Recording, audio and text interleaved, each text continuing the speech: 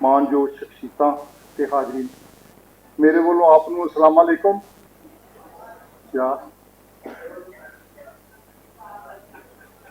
ਤੇ ਸਤਿ ਸ੍ਰੀ ਅਕਾਲ ਜੀ।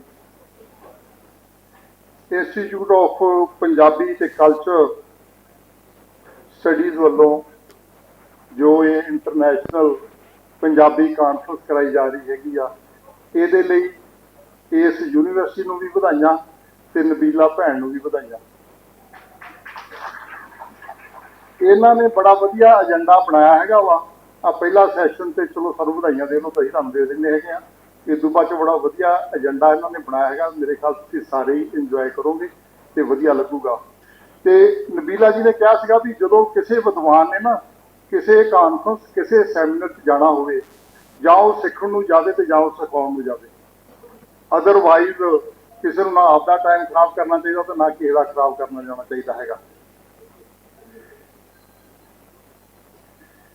ਸ਼ਾਮਲ ਹੋਣ ਲਈ ਜਦੋਂ ਤੁਸੀਂ ਕਾਨਫਰੰਸ ਤੁਸੀਂ ਸ਼ਾਮਲ ਹੁੰਦੇ ਹੋ ਤੇ ਉਹਦੇ ਨਾਲ ਸ਼ਾਮਲ ਹੋਣ ਵਾਲਿਆਂ ਦਾ ਗਿਆਨ ਵੱਧਦਾ। ਤੇ ਦੂਸਰਾ ਹੁੰਦਾ ਕਿ ਵਧੀਆ ਸਾਹਿਤ ਲਿਖਿਆ ਜਾਂਦਾ। ਉਹ ਵਧੀਆ ਸਾਹਿਤ ਲਿਖਣ ਦੇ ਵਿੱਚ ਜਦੋਂ ਅਸੀਂ ਕਾਨਫਰੰਸਾਂ ਕਰਾਉਣ ਲੱਗੇ ਤੇ ਜਗਤ ਪੰਜਾਬੀ ਸਭਾ ਵੱਲੋਂ ਇੱਕ ਅਸੀਂ ਜਿਹੜੀ ਪੰਜਾਬੀ ਵਿੱਚ ਕਹਿੰਦੇ ਉਹਨੂੰ ਨੈਤਿਕਤਾ ਕਹਿੰਦੇ ਆ, ਇੰਗਲਿਸ਼ ਵਿੱਚ ਮੋਰਲ ਵੈਲਿਊ ਕਹਿੰਦੇ ਹੈਗੇ ਆ, ਤੇ ਸ਼ਾਹਮੁਖੀ ਦੇ ਵਿੱਚ ਅਖਲਾਕ ਕਹਿੰਦੇ ਆ।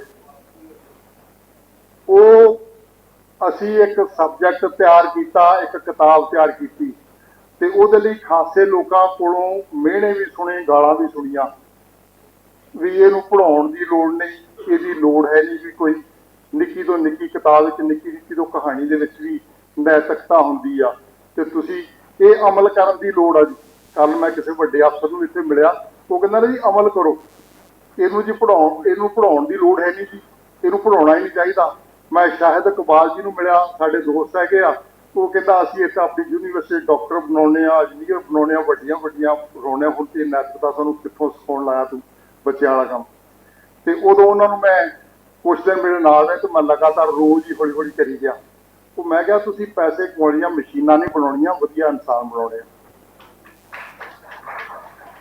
ਜਦੋਂ ਵਧੀਆ ਇਨਸਾਨ ਬਣਨਗੇ ਤੇ ਉਹਨਾਂ ਨਾਲ ਇੱਕ ਵਧੀਆ ਸਮਾਜ ਰਹਿਣ ਯੋਗ ਬਣਨਾ ਹੈਗਾ। ਜੇ ਅੱਜ ਤੱਕ ਕਿਤਾਬ ਮੈਂ ਉਹ ਬਹੁਤ ਵਾਰੀ ਡਿਕਲੇਅਰ ਕੀਤਾ ਹੈਗਾ ਵਾ ਵੀ ਅੱਜ ਤੱਕ ਕੋਈ ਵੀ ਕਿਤਾਬ ਨੈਤਿਕਤਾ ਦੀ, ਅਖਲਾਕ ਦੀ ਨਹੀਂ ਛਪੀ ਸੀ।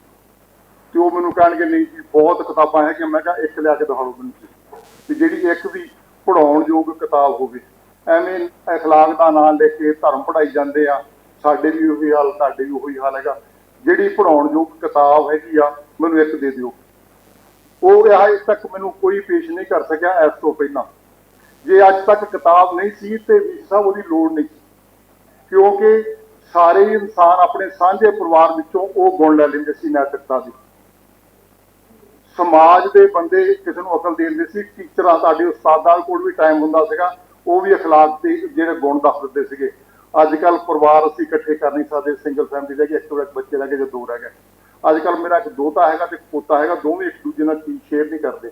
ਅਸੀਂ 8 ਭੈਣ ਭਰਾ ਸੀਗੇ ਤੇ ਸਾਰੇ ਇੱਕ ਦੂਜੇ ਨਾਲ ਸ਼ੇਅਰ ਕਰਦੇ ਸੀਗੇ। ਉਹ ਗੁਣ ਜਿਹੜੇ ਸਾਨੂੰ ਪਹਿਲਾਂ ਕੁਦਰਤੀ ਘਰ ਤੋਂ ਮਿਲ ਜਾਂਦੇ ਸੀ, ਉਹ ਅੱਜ ਕੱਲ੍ਹ ਨਹੀਂ ਮਿਲਦੇ। ਉਸਤਾਦਾਂ ਦੇ ਕੋਲ ਸਬਜੈਕਟ ਤੋਂ ਪੜ੍ਹਾਉਣ ਤੋਂ ਬਿਨਾਂ ਟਾਈਮ ਹੀ ਹੈ ਨਹੀਂ ਕੋਈ।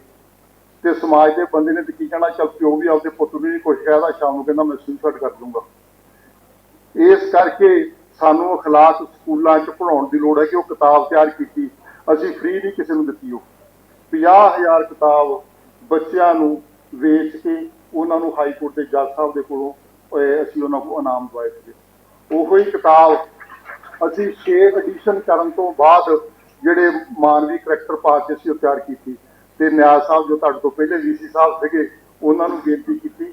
ਉਹਨਾਂ ਨੇ ਵੀ ਅਖਲਾਕੀਅਤ ਦੇ ਨਾਂ ਤੇ ਇੱਕ ਮੁੰਡਾ ਇੱਥੇ ਆਉਣਾ ਡਾਕਟਰ, ਉਹਦਾ ਤਰਜਮਾ ਵੀ ਕੀਤਾ ਸੀਗਾ ਤੇ ਉਹ ਕਿਤਾਬ ਕੁਦਰਤੀ ਅੱਜ ਹੈ ਨਹੀਂ, ਮੈਂ ਉਹ ਤੁਹਾਨੂੰ ਭੇਜ ਵੀ ਕਰ ਦੂੰਗਾ। ਉਹ ਸ਼ਾਹਮੁਖੀ 'ਚ ਛਪ ਚੁੱਕੀ ਆ, ਇੰਗਲਿਸ਼ ਛਪ ਚੁੱਕੀ, ਹਿੰਦੀ ਛਪ ਚੁੱਕੀ ਹੈਗੀ ਆ। ਤੇ ਅਸੀਂ ਇਹੋ ਹੀ ਬੇਨਤੀ ਕਰਾਂਗੇ ਤੁਹਾਨੂੰ ਵੀ ਉਹ ਨਾ ਬੱਚੇ ਜਿੱਥੇ ਤੁਸੀਂ ਇੰਜੀਨੀਅਰ ਬਣਾਉਣੇ ਆ, ਵਕੀਲ ਬਣਾਉਣੇ ਆ, ਜੋ ਮਰਜ਼ੀ ਬਣਾ ਲਓ, ਪਰ ਅਖਲਾਕ ਦੇ ਗੁਣ ਉਹਨਾਂ 'ਚ ਜ਼ਰੂਰ ਭਰ ਦਿਓ ਤੇ ਉਹ ਕਿਸੇ ਦਾ ਪੜ੍ਹਾ ਦਿਓ। ਇਹਨੂੰ ਤੁਹਾਡੇ ਨਾਲ ਵੱਡਾ ਅਫਸਰ ਕੋਈ ਨਹੀਂ ਬੈਠਾ। VC ਸਾਹਿਬਾਨ ਬੈਠੇ ਆ, ਤੁਹਾਡੀ ਪਾਵਰ ਦੇ ਵਿੱਚ ਹੈਗੇ, ਐਜੂਕੇਸ਼ਨ ਦੇ ਵੱਡੇ ਮਾਰ ਬੈਠੇ ਹੈਗੇ ਆ। ਜੇ ਤੁਸੀਂ ਬੱਚਿਆਂ ਨੂੰ ਇਹ ਪੜ੍ਹਾ ਦਿਓ ਤੇ ਸਭ ਤੋਂ ਵੱਡਾ ਕੰਮ ਹੋਊਗਾ। ਤੇ ਦੂਜਾ ਸੀ ਕਾਇਦਾ ਨੂਰ, ਜਿਹੜੀ ਤੁਹਾਨੂੰ ਕਾਪੀ ਭੇਟ ਕੀਤੀ ਆ। ਪੰਜਾਬੀਆਂ ਨੂੰ ਉਸ ਵੇਲੇ 87% ਪੜ੍ਹ ਗਏ ਸੀਗੇ ਲਾਹੌਰ ਦੇ, ਤੇ ਪੰਜਾਬ ਤੋਂ ਬਾਅਦ ਦੂਸਰੇ 78% ਪੜ੍ਹ ਗਏ ਸੀ, ਤੇ ਲੇਡੀ ਉਦੋਂ ਵੀ 100% ਪੜ੍ਹੀਆਂ ਸੀਗੀਆਂ। ਜਦੋਂ ਗੋਰੇ ਆਏ 1857 ਦੇ ਗਦਰ ਤੋਂ ਬਾਅਦ, ਉਹਨਾਂ ਨੇ ਸਾਰੇ ਹਥਿਆਰ ਵੀ ਵਾਪਸ ਲੈ ਲਏ। ਦੋਆਂ ਨੇ ਦਿੰਦੇ ਸੀ, ਜੋ ਮੁਰਦਾ ਹਥਿਆਰ ਜਦੋਂ ਕੈਦਾ ਨੂਰ ਮੋੜਦਾ ਸੀ ਤਾਂ ਉਹਨੂੰ 6 ਆਨੇ ਦਿੰਦੇ ਸੀਗੇ। ਉਹ ਕੈਦੇ ਨੂਰ ਦੀ ਕਾਪੀ ਨਾ ਸਾਨੂੰ ਪਾਕਿਸਤਾਨ ਚੋਂ ਲੱਭੀ, ਨਾ ਇੰਗਲੈਂਡ ਚੋਂ ਲੱਭੀ, ਨਾ ਇੰਡੀਆ ਚੋਂ ਲੱਭੀ।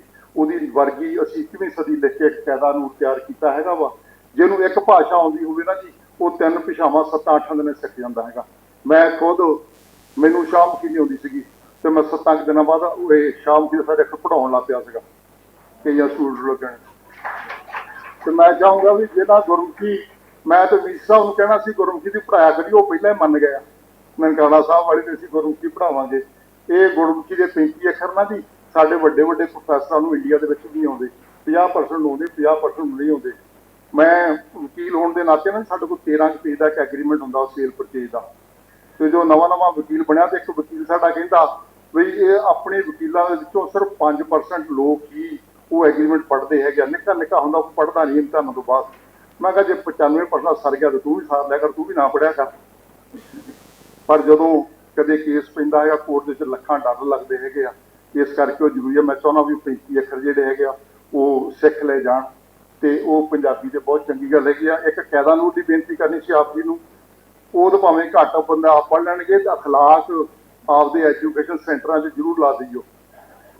ਦੁਨੀਆ ਦੇ ਵਿੱਚ ਅੱਜ ਤੱਕ ਕਾਨਫਰੰਸਾਂ, ਪੰਜਾਬੀ ਕਾਨਫਰੰਸਾਂ ਕਰਾਉਣ ਵਾਲੀਆਂ ਔਰਤਾਂ ਦੇ ਵਿੱਚੋਂ ਭੈਣ ਨਬੀਲਾ ਜੀ ਦਾ ਪਹਿਲਾ ਨੰਬਰ ਆ। ਇਹ ਗੱਲ ਮੈਨੂੰ ਭੈਣ ਜੀ ਨੇ ਰੋਕੀ ਸੀਗੀ, ਕਹਿੰਦੇ ਤੈਨੂੰ ਪਾਪ ਲੱਗੂਗਾ ਜੇ ਤੂੰ ਮੇਰੀ ਸਿਫਤ ਕੀਤੀ ਤਾਂ। ਮੈਂ ਕਿਹਾ ਜੇ ਮੈਂ ਇਹਨੂੰ ਨਾ ਕੀਤੀ ਤਾਂ ਮੈਨੂੰ ਮਹਾ ਪਾਪ ਲੱਗੂਗਾ। ਇਸ ਕਰਕੇ ਉਹ ਪਾਪ ਵੀ ਮੈਂ ਲਵਾਉਣ ਨੂੰ ਤਿਆਰ ਹੈਗਾ ਵਾਂ। ਤੇ ਇੱਕੋ ਹੀ ਆ ਬੇਨਤੀ ਜੀ, ਛੋਟੀ ਜਿਹੀ ਜ਼ਿੰਦਗੀ ਹੈਗੀ ਆ, ਸਭ ਤੋਂ ਫਾਇਦਾ ਕਾਨਫਰੰਸ ਦਾ ਹੁੰਦਾ, ਗਿਆਨ ਵੱਧਦਾ, ਸਾਹਿਤ ਲਿਖ ਹੁੰਦਾ ਹੈਗਾ, ਤਾਂ ਆਪਸੀ ਸੰਬੰਧ ਬਣਦੇ ਹੈਗੇ ਆ। ਜੇ ਸਾਡੇ ਅੱਜ ਸੰਸਾਰ ਦੇ ਵਿੱਚ ਆਪ ਸਭ ਦੀ ਨਾਲ ਸੰਬੰਧ ਬਣੇ ਹੋਏ ਆ, ਇਹਨਾਂ ਕਾਨਫਰੰਸਾਂ ਕਰਕੇ ਬਣੇ ਆ। ਬਸ ਛੋਟੀ ਜਿਹੀ ਜ਼ਿੰਦਗੀ ਆ, ਤੇ ਖੁਸ਼ ਰਹਿ ਕੇ ਜੀਓ। ਚੰਗੇ ਬੰਦੇ ਮਾੜੇ ਮਿਲਦੇ ਰਹਿਣੇ ਆ। ਅੱਜ ਤੋਂ 3 ਮਹੀਨੇ ਪਹਿਲਾਂ ਮੈਂ ਕੈਸਟ ਪਾਈ ਸੀ, ਨਾ ਤਾਜ ਦੇ ਪਾਸੇ ਜੋ ਪੁੱਠਾ ਪਾਸਾ ਦੇਖੋ ਨਾ ਤਾਜ ਦੇ ਪੱਤੇ ਦਾ, ਉਹ ਨਹੀਂ ਪਤਾ ਲੱਗਦਾ ਪੱਤਾ ਕੀ ਆ। ਤੇ ਇਦਾਂ ਹੀ ਬੰਦਾ ਭਾਵੇਂ ਸਾਰੇ ਇੱਕੋ ਜਿਹੇ ਲੱਗਦੇ ਆ, ਤੇ ਬੰਦੇ ਦਾ ਵੀ ਨਹੀਂ ਪਤਾ ਲੱਗਦਾ ਵੀ ਕਿਹੜਾ ਕੀ ਨਿਕਲਣਾ ਹੈਗਾ। ਜਦੋਂ ਵਾਹ ਪਵੇ ਉਦੋਂ ਬਾਅਦ ਹੀ ਪਤਾ ਲੱਗਦਾ। ਧੰਨਵਾਦ ਜੀ, ਮਿਹਰਬਾਨੀ।